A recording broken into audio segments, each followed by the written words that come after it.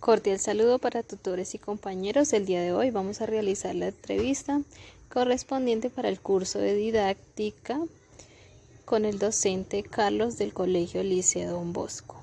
Vamos a realizar unas preguntas sobre las temáticas expuestas para esta guía de actividades. Listo, profe. Soy Carlos Fernando Lozada Burbano, docente de matemáticas de grado sexto a grado 11. Primero, ¿qué conocimientos y habilidades debe tener un especialista en educación? Entonces, inicialmente el conocimiento básico de la licenciatura de matemáticas y la profundización en todo lo que tiene que ver con la pedagogía en la enseñanza de la matemática. Segundo, ¿qué tipos de actividades utiliza el docente para promover el aprendizaje activo de los estudiantes?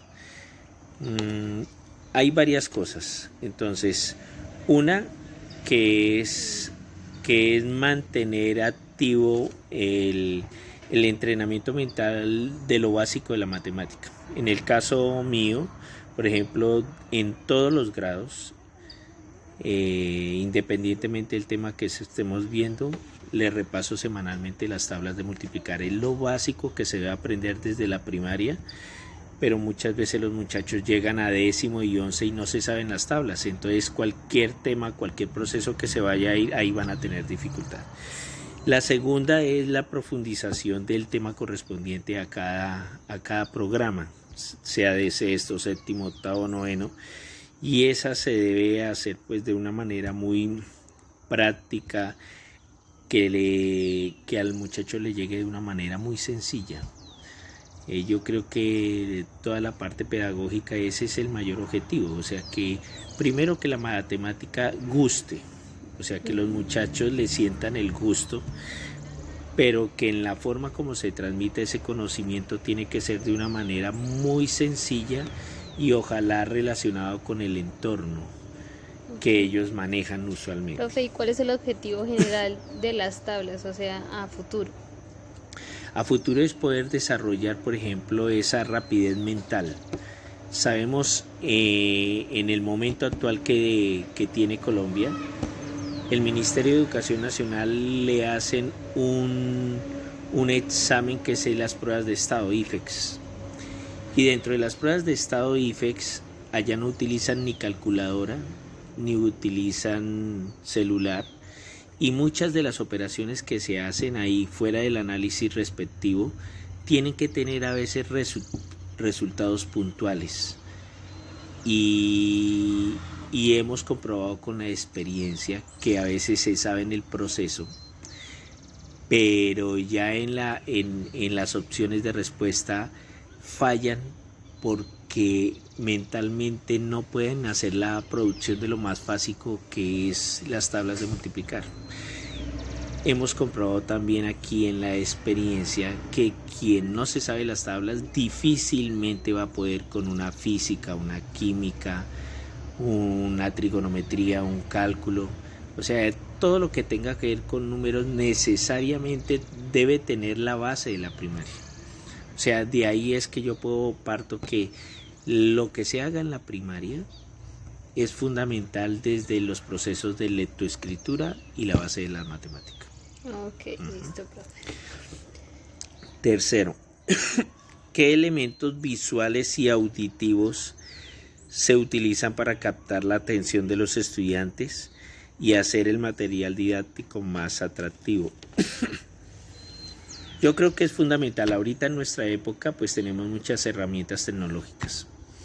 El internet, el videobeam, los juegos que se pueden construir normalmente en clase, pero también uno puede relacionar cosas así no se tengan las herramientas actuales, relacionar con lo que ellos viven normalmente. Yo les digo, por ejemplo, a los muchachos que empiezan a ver álgebra en octavo, ustedes ya ven álgebra desde pequeñitos, y entonces les coloco un ejemplo sencillo, sin entrar al tema. Yo les digo, ¿cuánto es 2x más 3x? como ellos no han visto nada de álgebra, pues para ellos va a ser difícil sumar unas letras.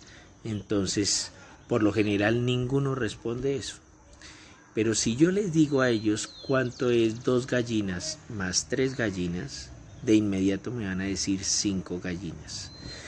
Ahí es donde ellos se dan cuenta que el álgebra aplicada a su entorno es más fácil y ellos pueden responder más fácil. Sí, claro. Entonces, cuando ya entramos al tema de suma y resta, por ejemplo, de todo lo que son expresiones algebraicas, para ellos va a ser muy sencillo, porque todos los ejercicios que vayamos a hacer, en el momento de la explicación yo les digo 2 carros más 5 carros menos 3 carros, ellos lo relacionan con su entorno y no estarán mentalmente pensando en que suman o restan letras, sino que suman o restan o hasta pueden multiplicar, pero cosas de su entorno. Entonces a mí me parece que esos elementos visuales, auditivos, que ellos puedan experimentar ayuda mucho para importante su desarrollo. El contexto donde se desarrolla. Sí, y especialmente eso funciona, por ejemplo, aquí tenemos muchachos que vienen de la parte rural, Exacto. donde difícilmente ellos tienen herramientas, algunos tienen, pero otros no. Entonces esa comparación a ellos les facilita el trabajo. ¿Cómo puede la didáctica ayudar a los docentes a utilizar nuevas metodologías y recursos de la enseñanza? Bueno, tenemos que partir que la didáctica pues parte de la pedagogía y dentro de la pedagogía pues ahí lo que buscamos son como las estrategias que nosotros hacemos para que los contenidos cumplan con el objetivo. Eso. Entonces, yo creo que en la forma como nosotros preparemos cada una de las clases, sea escrita o sea visual o sea auditiva, es como la forma que uno puede preparar una clase dependiendo del grupo de estudiantes que tenga.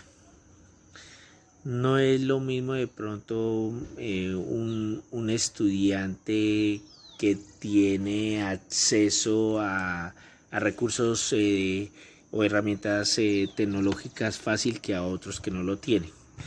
Entonces ahí tenemos que buscar de qué manera a ellos se les facilita comprender los contenidos, si es a través de ejercicios de una fotocopia o si es pasarlos al tablero o si es a través de un juego. Por ejemplo, se puede hacer suma y resta a través de una lotería o de una escalera o a través hasta de juegos de tipo adivinanzas, pero con números. Entonces depende del grupo, uno busca la estrategia y depende el grado. El grado entre más inicial sea, con los más pequeños uno pues trata de que la matemática es a través del juego. Más juego. Sí, y a medida que se va avanzando pues se va profundizando un poco más en el tema.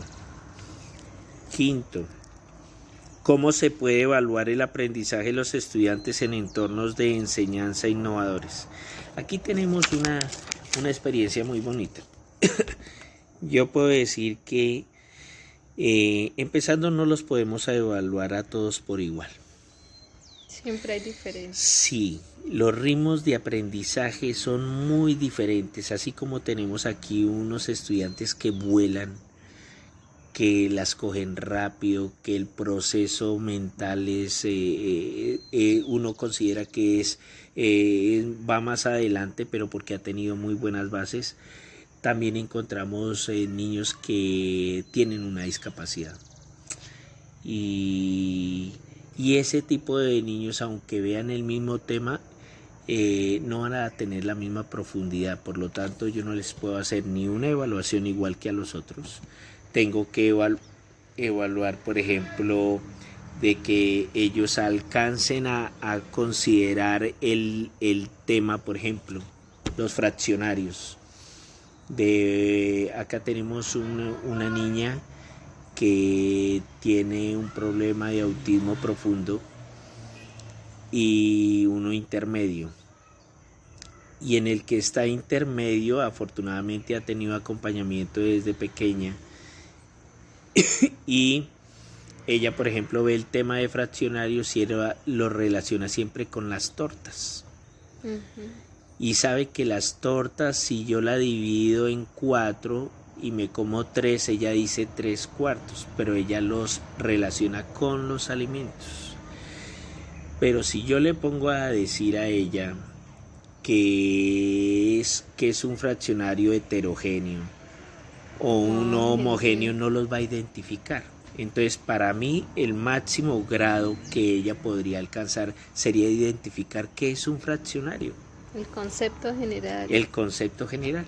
Y ya con los demás los voy evaluando de acuerdo a cómo uno los observa. Si uno ve que son muchachos que no tienen una discapacidad y que pueden desarrollar todos los ejercicios, pues uno les exige no solamente la parte escrita, sino la parte de análisis de algún texto.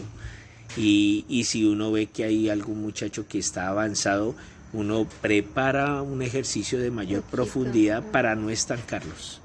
Entonces, así mismo uno les puede seguir evaluando para que ninguno se vaya a estancar. ¿Qué responsabilidades tienen las autoridades educativas en la promoción y en el apoyo de la innovación didáctica? Bueno, yo creo que aquí voy a hablar desde el punto de vista de Secretaría de Educación y de la institución educativa de acá. De Secretaría de Educación, ellos deben estar pendientes de que todas las instituciones, en el caso por ejemplo de la licenciatura de matemáticas, no sea la misma de hace 30 años ni 40 años. El objetivo no es solamente que los muchachos sumen, dividan, multipliquen, ¿sí? Y resten, sino es cómo lo pueden aplicar a cosas innovadoras. Por ejemplo, ahorita está que la electrónica, que la robótica, o sea, es cómo podemos implementar eso en algo útil. Aquí en la institución ellos salen con una especialidad de metalmecánica. Entonces los muchachos de 10º y 11, ellos hacen todo su proceso de matemáticas, sus contenidos hasta el día que presentan el IFES y siguen en la profundización de aplicación del diseño y la matemática en el taller que es metalmecánica. Ellos aprenden a calcular, a diseñar y a hacer, porque aquí hacen todo lo que es corte, lo que es perforación, lo que es soldadura y piezas mecánicas sencillas donde pueden aplicar toda la parte de la matemática.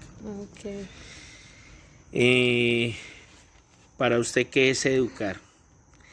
Es transmitir lo mejor del conocimiento que cada uno tiene. Yo puedo decir que de una manera u otra todos somos educadores, todos.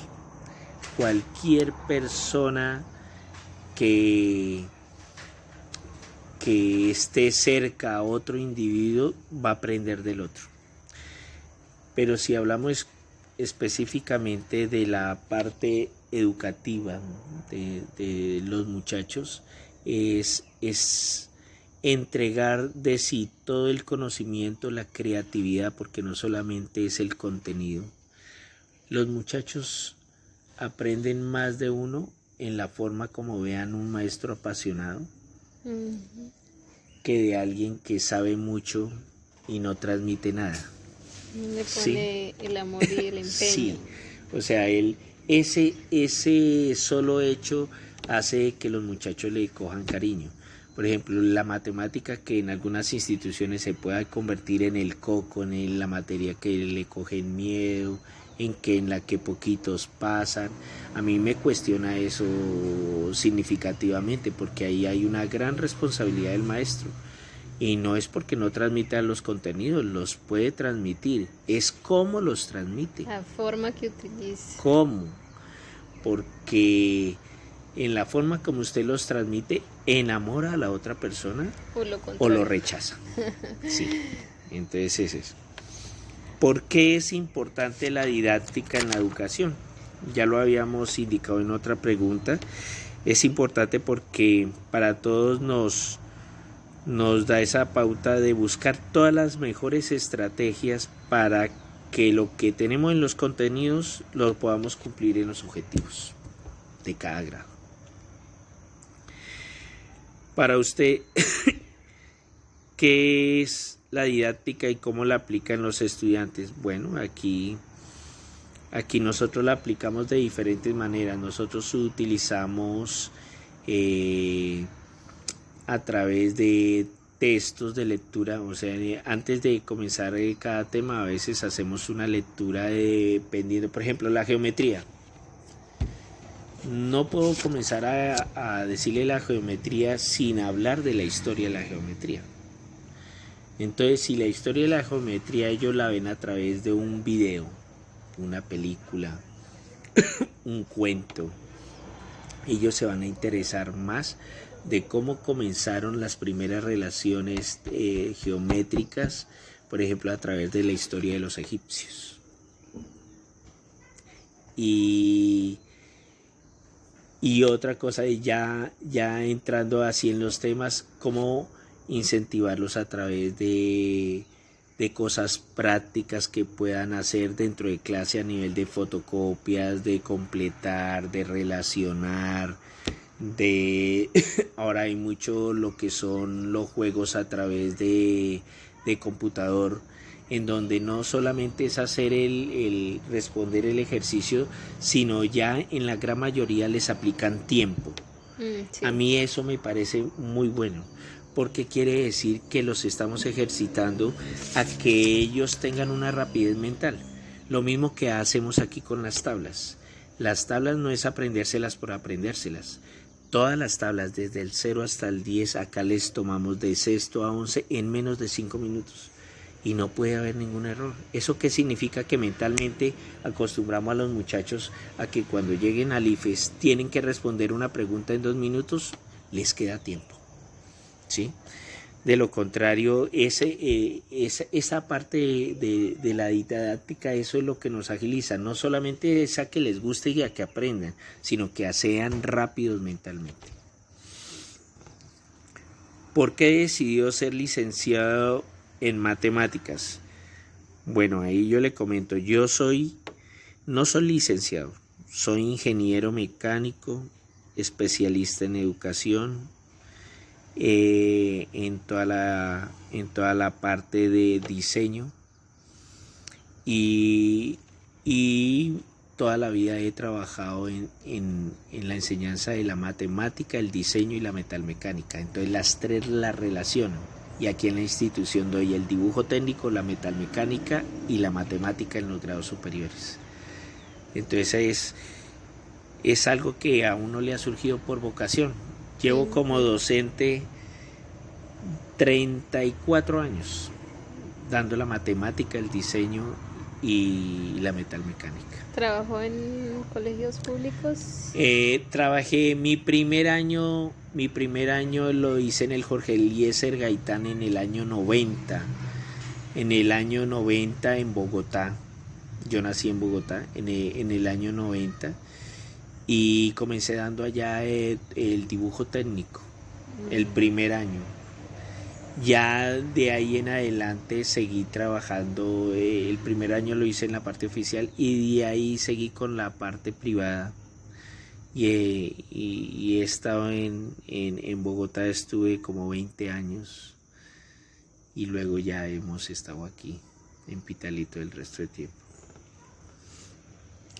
¿Qué consideraciones habría que tener en cuenta en la didáctica? A mí me parece que primero uno tiene que buscar algo que sea asequible a los muchachos. Hay herramientas pedagógicas, por ejemplo, que son muy buenas, pero son muy costosas. Todos no pueden adquirirla. Y hay cosas que uno quisiera hacer como maestro, pero tampoco tiene el recurso. Entonces, muchas de las cosas que hay que hacer toca crearlas, inventarlas, acoplarlas, adecuarlas, y entre eso ser muy creativo y tratar de que todo, al menos uno lo pueda hacer teniendo en cuenta los muchachos que tiene, el lugar donde está trabajando, ojalá utilizar cosas del mismo entorno. Entonces yo creo que esa es como la parte. Y otra es que la primer consideración que yo creo que debemos tener en la didáctica es uno ser muy creativo. El diseño de formatos, por ejemplo, el diseño de una evaluación tiene que ser muy bien estructurada, muy bien estructurada. O sea, que sea clara, que sea comprensible, que los muchachos no divagan si se le está preguntando el tema o no. O sea, en eso tiene que ser muy claro y específico en ese sentido. ¿Por qué es importante la planeación en clase? Yo creo que ha sido de siempre. Todo lo que se planea, se prepara, se hacen las cosas bien. Lo que no se planea se improvisa y a veces puede salir bien, como a veces no puede salir bien. Y uno siempre tiene que preparar una clase no solamente para el tema que corresponde, sino un tema más, porque le puede pasar que tiene estudiantes aventajados y ellos, si le terminan el desarrollo del tema en 15 minutos, si no tiene un tema adicional, son los que le forman la indisciplina. Entonces uno tiene que ir adelante de ellos. Y lo contrario, si por ejemplo hay estudiantes que tienen un ritmo de aprendizaje diferente, no puede planear una clase netamente mecánica, sabiendo que de pronto a algunos les gusta es construir, hacer, pintar, o de pronto hay algunos que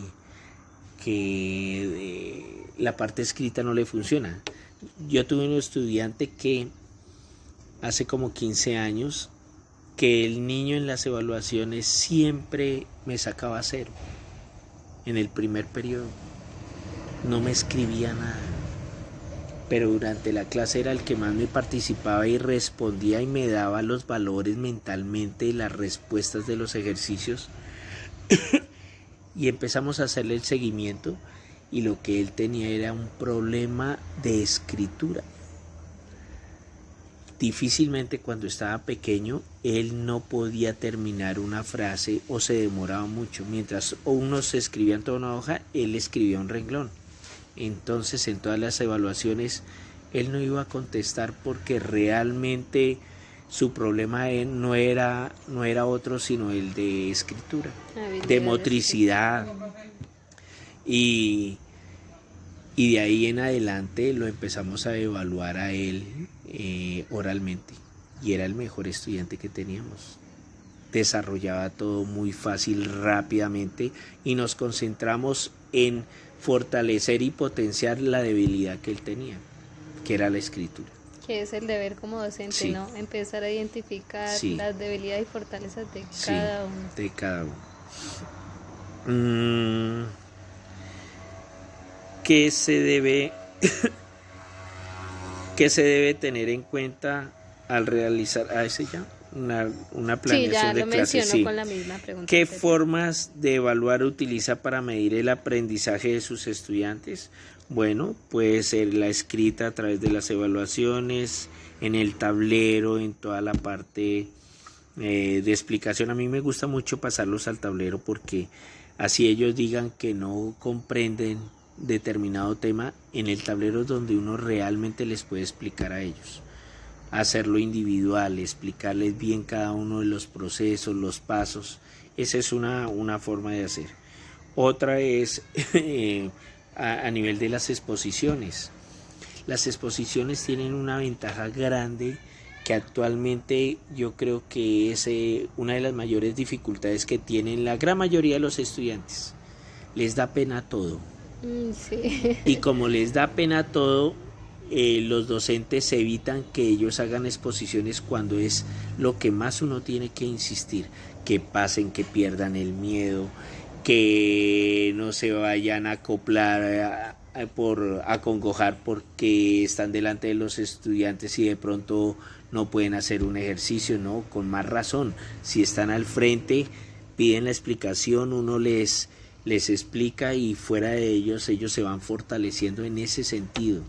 O sea, esa parte de las exposiciones es muy, muy importante. ¿Cuál es el propósito más importante de enseñar las matemáticas de los estudiantes? Que la quieran. Yo creo que la mayoría de las situaciones de nuestra vida, todos necesitamos las matemáticas. En lo más mínimo, en lo más básico, para ir a una tienda, para comprar algo, para recibir algo, para hasta contabilizar, por ejemplo, los medicamentos que le mandan a uno del médico, que tantas horas, cuántas dosis toca, todo es aplicable. Entonces, el propósito es, primero, hacer enamorar al estudiante de la materia. Yo creo que en estos 30 y pucho de años que he dado, yo me he colocado el objetivo, o sea, que ellos no miren la matemática como un coco, un miedo, sino como una materia donde usted pueda aprenderla para darle solución a otras cosas, sea en el trabajo, en el estudio, en su vida diaria. Entonces es eso. ¿Qué estrategias innovadoras realiza con los estudiantes que presentan dificultades en el aprendizaje del área?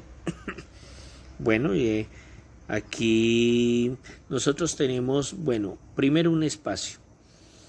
Los muchachos que de lunes, por ejemplo, a jueves, vemos que en nuestras clases se les dificulta un tema, por cualquier razón, o porque no lo comprendieron bien, o porque no vinieron, o porque se quedaron atrasados, o por alguna razón de esas, nosotros les dedicamos los viernes en la tarde únicamente al estudiante y nos sentamos con él, le explicamos nuevamente el tema y nuevamente se le evalúa.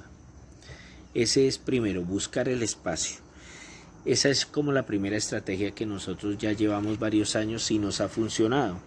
¿Y eso qué ha hecho? Ha hecho que la mortandad académica baje considerablemente.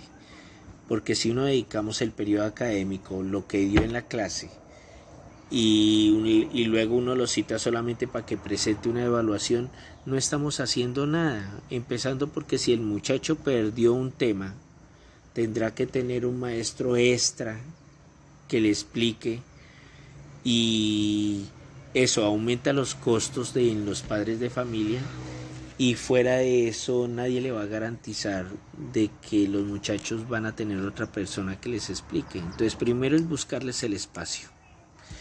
Segundo, de que ese espacio sea atractivo, o sea, no quiere decir que porque tienen que venir el viernes tiene que ser más duro, no. Porque alguien puede que no comprenda el tema, como alguien que perdió una evaluación y necesita nuevamente nivelarla, recuperarla. Es volver a dar el tema de una manera sencilla, agradable, y fuera de eso ahí uno puede identificar cuál fue el problema de su dificultad. Como yo le decía lo del niño anterior, puede que su problema no sea del conocimiento matemático, sino puede ser visual, puede ser de escritura, puede ser de oído, puede ser muchas otras cosas. Pero si es desde el punto de vista de contenidos, es buscar la manera a través de juegos, de exposición o nuevamente la parte escrita, como para que él vaya cogiendo el ritmo y vaya aprendiendo el tema. Hacer eso. Listo, profe. Muchas gracias por sus valiosos aportes a esta entrevista. No, a usted, muchas gracias.